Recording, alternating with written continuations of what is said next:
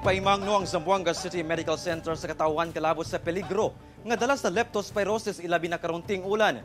Ganit tulo sa upat ka kaso ang nga natala sa mga ospital na ang namatay. Ani ang report? Miabot na sa upat ang kaso sa leptospirosis ang natala sa Zamboanga City Medical Center sugod January 1 hangtod June 30 ning tuiga. Sa maong ihap, tulo na ka mga pasyente niini ang namatay ug pulos mga bata.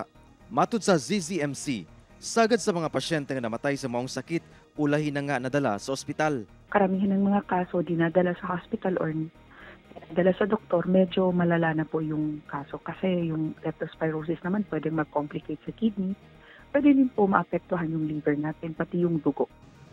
Ang sakit nga leptospirosis, gikan sa ihi sa mga ilaga kung asa ang kagaw nga leptospire nga mi-contaminate sa tubig baha, posibleng mosulod sa lawas sa tawo, ilabi na kadtong dunay mga samad.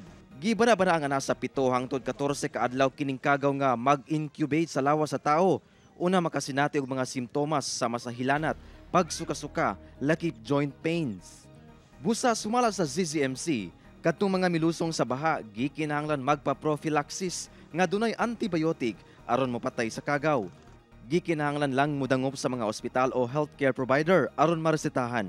Kung tayo ng sintomas katulad ng lagnat, no, pananakit ng katawan, huwag na po nating hintayin, pumunta na po kaagad tayo magpakonsulta. Kauban si Sim Romero sa kamera. Ako si Efren Mamak. Para sa One Mindanao.